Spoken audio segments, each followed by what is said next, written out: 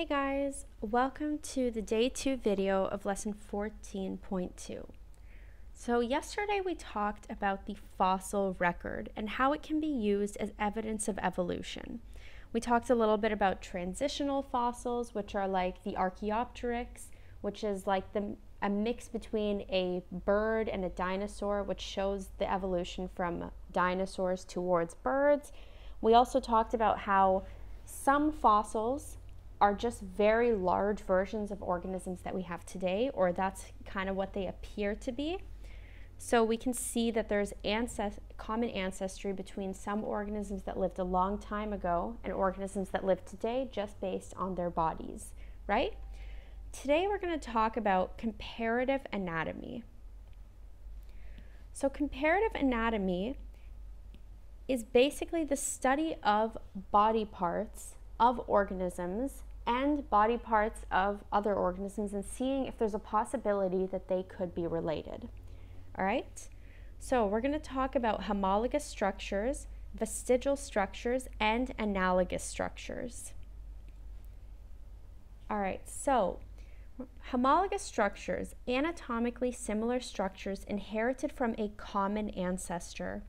So this basically means that when I see similar structures in different organisms, there's a good chance those organisms were related or share a common ancestor at some point in their evolutionary history. So if I look over here at the horse, the cat, the porpoise, and the bat, they have similar bone structures. So you'll see here they all have these upper limbs, and then if you look over here, the bat has 5 fingers, the porpoise has 5 fingers, and so does the cat. So you can see that there's a good chance all of these share a common ancestor because there must have been a common ancestor that had these bones, and depending on the different situations and environments that it might have had to deal with, it would have evolved into different types of organisms which also carry these bones of their ancestor. Another thing that we need to look at when we're talking about comparative anatomy are vestigial structures. Vestigial structures are basically structures that are no longer useful in our body, or structures that have become smaller and lost their function over time. But these structures were useful for our ancestors.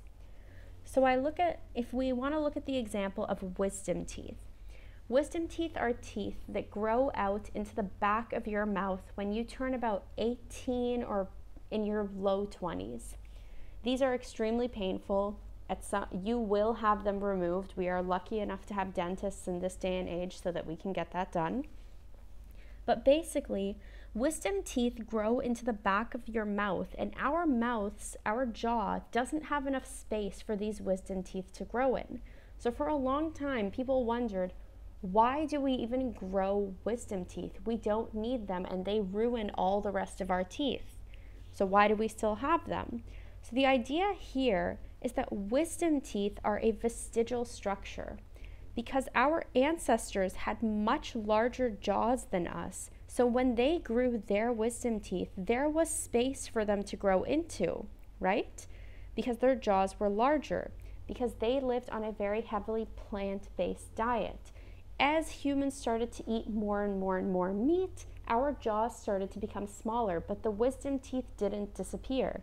So yeah, we didn't need large jaws to break down all kinds of plants, but our wisdom teeth continued to grow in even though we didn't necessarily need them. So those are vestigial structures. Another example of a vestigial structure would be like the wings of a flightless bird. This is called an emu. It does not fly, but it has wings, which means that there's a good chance it came from an ancestor that had wings and that used those wings to fly. But as the emu adapted to its new environment and it began to change the way it behaves, these wings have lost their function because the emu doesn't need to fly.